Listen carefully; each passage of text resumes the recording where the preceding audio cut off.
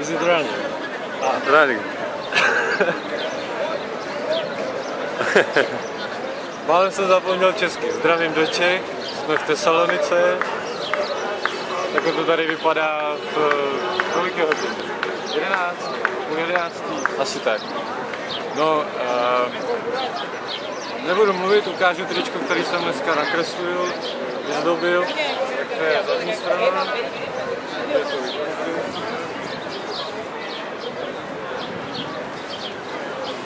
Přední. A jsou webovky tesalonických lidiček, kde se dozvíte víc. Greeting also everyone on Syntagma in Athens and every friends, all the friends, and